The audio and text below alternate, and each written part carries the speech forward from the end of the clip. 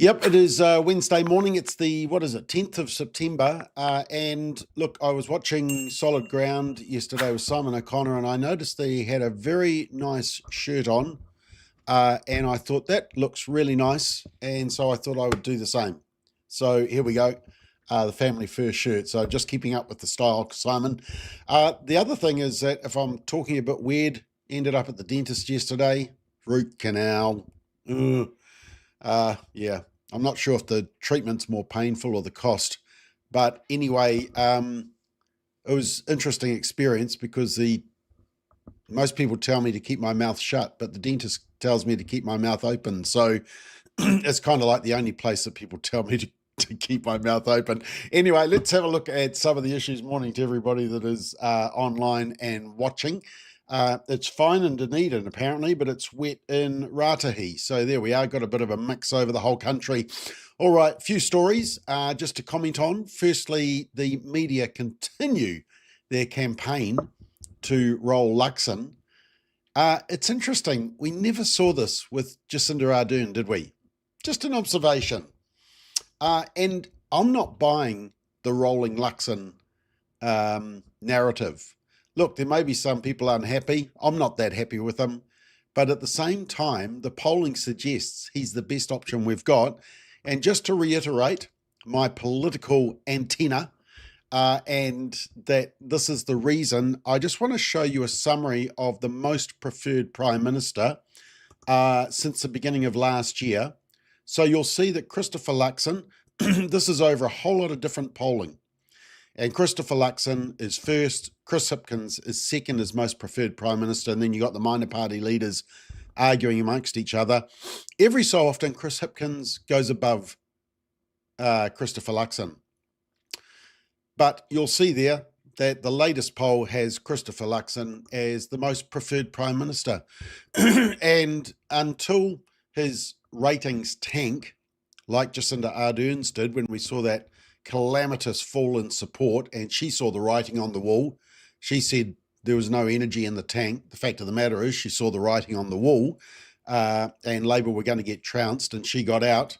Until we see that type of polling, then I think Luxon is going to stay there, and no government rolls a Prime Minister unless the polling is really, really bad. So anyway, that's my prediction.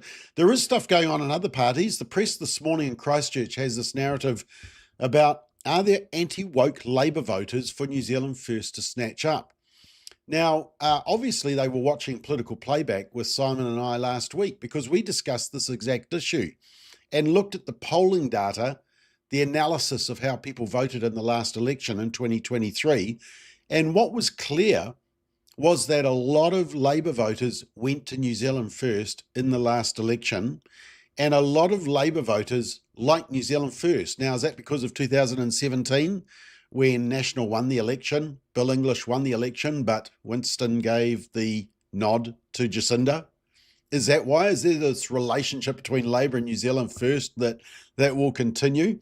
Or is it just that Labour voters actually have a bit of conservatism, social conservatism, and they don't like the fact that Chris Hipkins can't even define what a woman is, and that they're so close to the radical Greens and to Pāti Māori, and I'll come back to the Greens and what's happened there in a minute. So yes, there are anti-woke. The answer to this is yes, there are anti-woke voters, and I think Winston is making all the right noises. I was fascinated at the weekend that Hereti Hipango, so she used to be a National MP, but she got in trouble because she hung around radical groups. And this photo apparently a Voices for Freedom protest against the mandates. And she was told by the National Party, by Christopher Luxon, I assume, was it? Actually, no, that would have been before Christopher Luxon. No, it would have been just when he took over, maybe, to take down the post. Not the first time that a National Party MP has been told to take down a photo or a post. And I just thought, wow, that's interesting how National say they're a broad church, but I'm not quite sure they were a broad church on a number of issues. We know that. We know that on the abortion issue.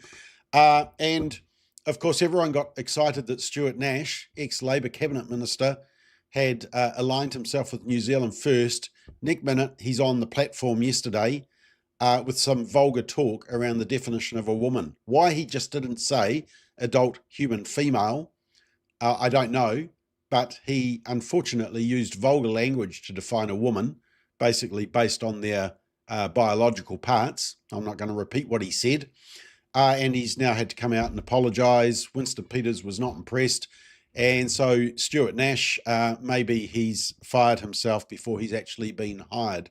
So anyway, there's a little bit of political analysis for you this morning. This is an interesting story. I saw this on Monday morning and I meant to show it to you, but I ran out of time. But it just shows you that social media companies can play ball when the pressure is put on them.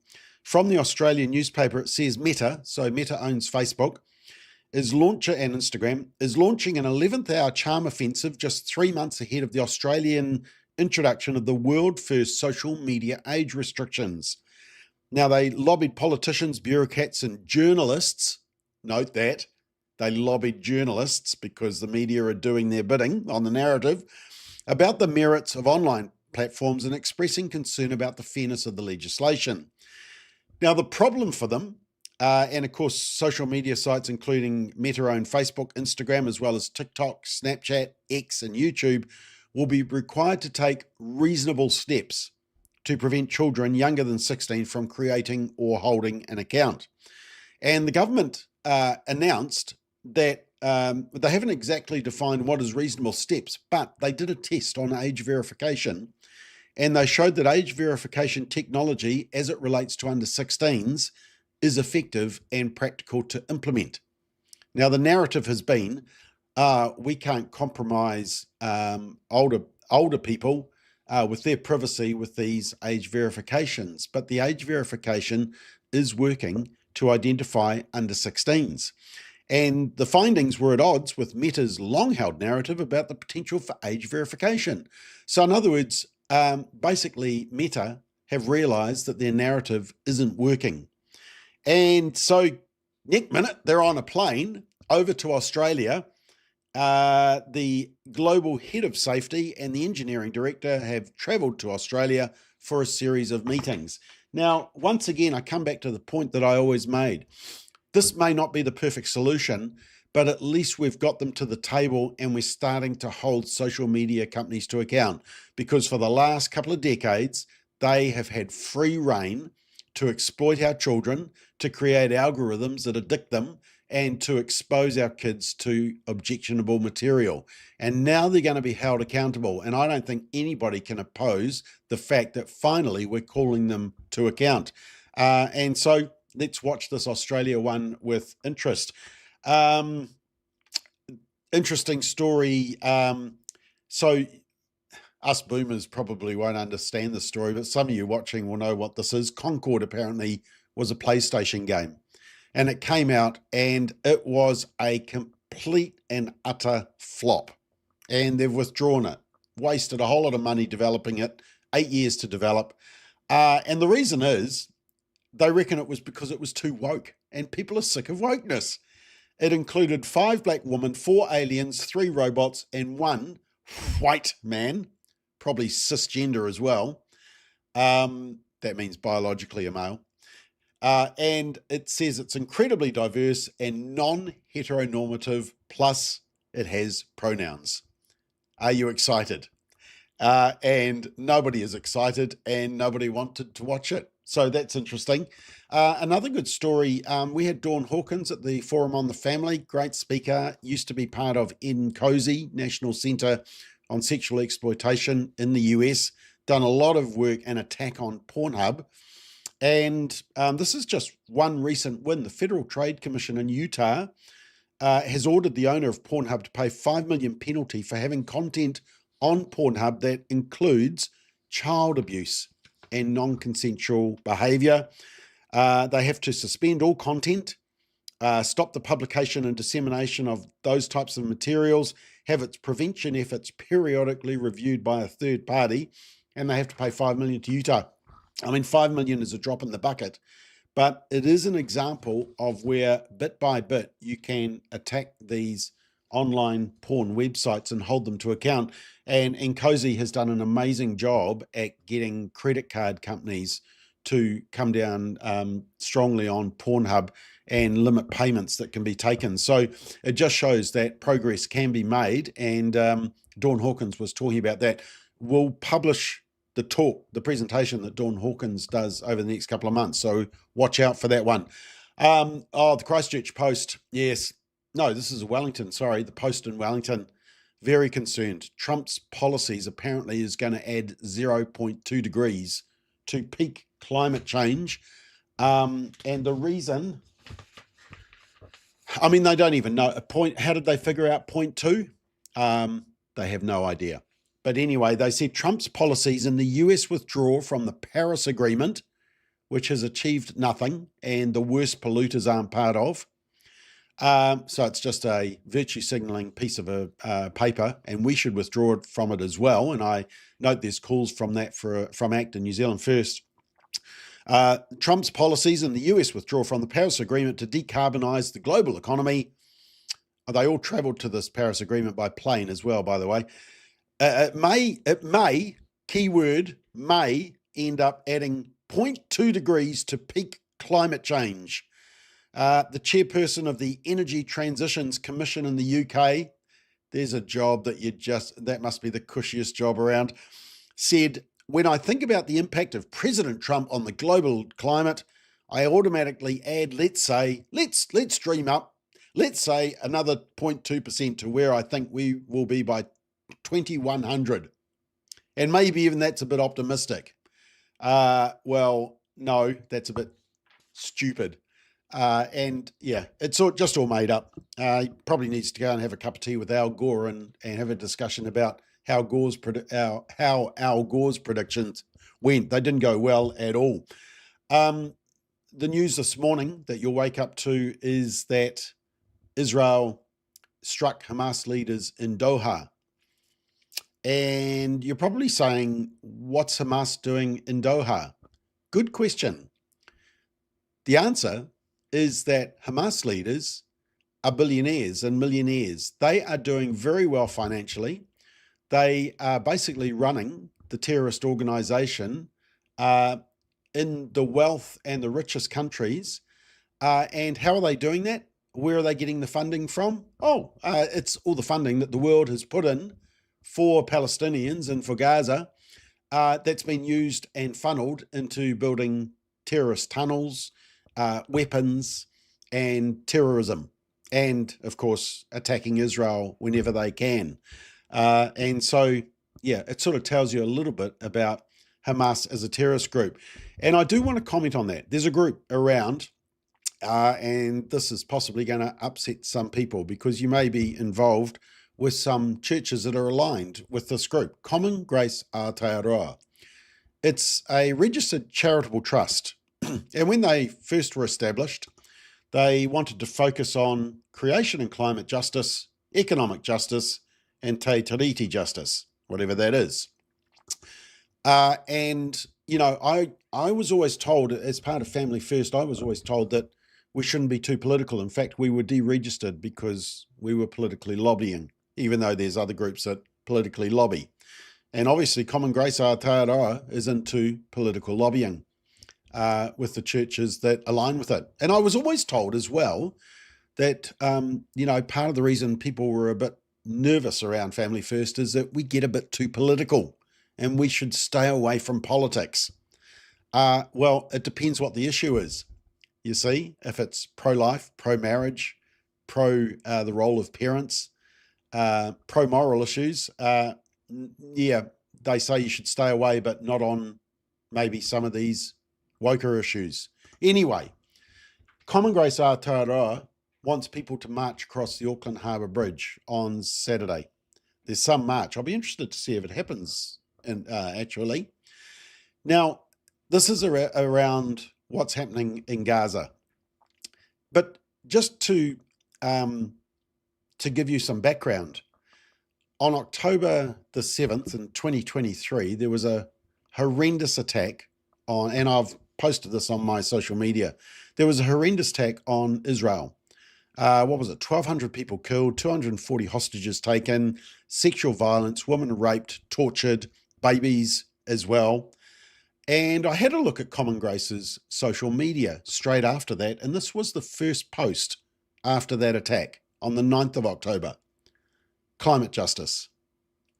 Yeah, so they didn't seem that focused on what was happening in Israel, did they? In fact, they never actually mentioned it until the following year in February.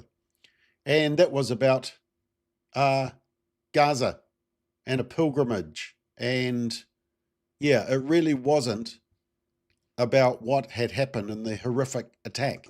And so what are they doing now? They're saying, let's march across the harbour bridge, and they want sanctions against Israel. Now, Cherie Trotter, who is was a panelist on Straight Talk, but a little bit too busy, and I can't tie her down to always be on the panel, but she is part of a group, Indigenous group, that supports Israel, and she put together a very little good explanation, and I'll put a link to it in the describer, but let me just play a little excerpt, because I think it's important for us to fully understand what's going on here, especially as we watch the media hype up this march on the Harbour Bridge on Saturday. People are being asked to join a march to sanction Israel. I've seen the slogan used, if Palestine is not free, neither are we. I have a few questions for those who are thinking of joining this march. Do you know that Hamas is a radical Islamist group that came to power in Gaza in 2007 by torturing and executing political rivals? That to this day, opponents of Hamas are routinely beaten up, detained, threatened or murdered? That journalists are arrested and intimidated if they criticise Hamas? That there are strict dress codes for women who are not allowed to travel without male guardians? That there's little protection for women from domestic abuse, honour violence and killings? That means if she's suspected of having a relationship with someone without the approval of the men in the family, she could be executed. Did you know that members of the LGBT community are criminalised and can be arrested and tortured? That collaborators with Israel are executed? Did you know that Israel completely left Gaza in 2005? That Israel forcibly removed all Jewish communities from Gaza, even the deceased, with the intention of handing it all to the Gazans to control? And that instead of building a thriving Singapore in the Mediterranean, Hamas invested billions of dollars of aid money into building an infrastructure for terrorist activity, including 500 kilometres of tunnels, an underground network, the biggest such urban underground facility. Did you know that Hamas started firing rockets into Israel, indiscriminately targeting civilians in towns in the south? Do you know that the Hamas Charter calls for the complete annihilation of Israel, and that after the horrendous attack on innocent civilians on the 7th of October, they vowed to do it again and again and again? Yeah, it's a reality check. Perhaps Common Grace Aotearoa could watch that.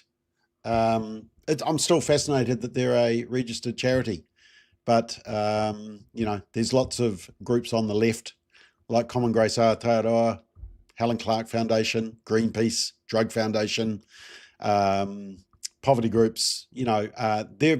They do exactly the same work that we did, but we were deregistered because we're a social conservative group.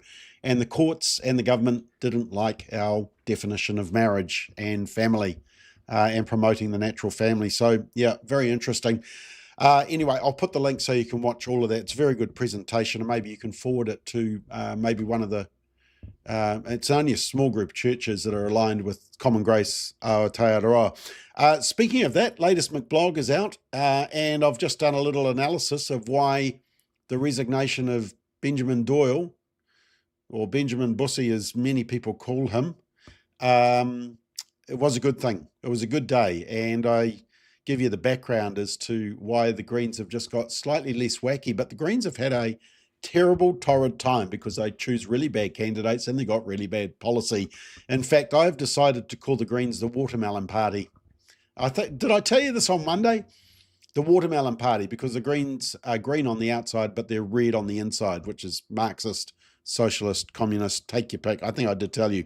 I did want to tell you, just on a lighter note, I did want to tell you about a study that someone sent to me yesterday. It's a warning.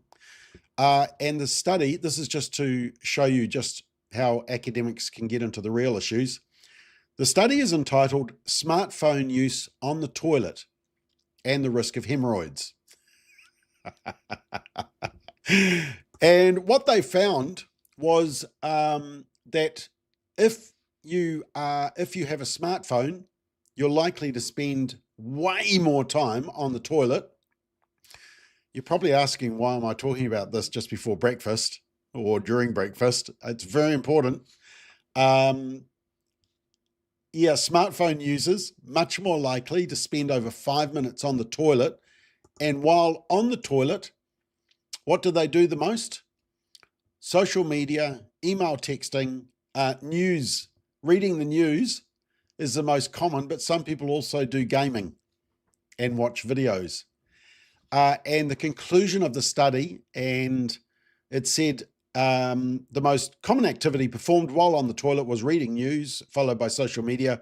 The study suggests that prolonged engagement with smartphones while using the toilet may be associated with an increased prevalence of hemorrhoids. So there's your health check for today. You're welcome. Right, I think that was it. Was that all the news items we were going to cover? Lots of comments about watermelons and toilets and other things. Anyway, I might stop there while I am ahead. Don't forget that we're here every morning at 7:30. Simon will be here tomorrow morning and I'll be back on Friday. I don't know how I got 3 and Simon only got 2. There was definitely a rip there and I need to renegotiate that contract. But anyway, it's good fun doing it. Have a great Wednesday, and tomorrow morning, Simon at 7:30, political playback tomorrow night at 5. Simon and I got a lot to talk about, lots of analysis as well, including that Tamaki Makaurau by-election. I see Simon's just put out a Substack on that, a commentary on it. Fascinating result. I mean, Labour must be licking their wounds. But anyway, we'll come back to that.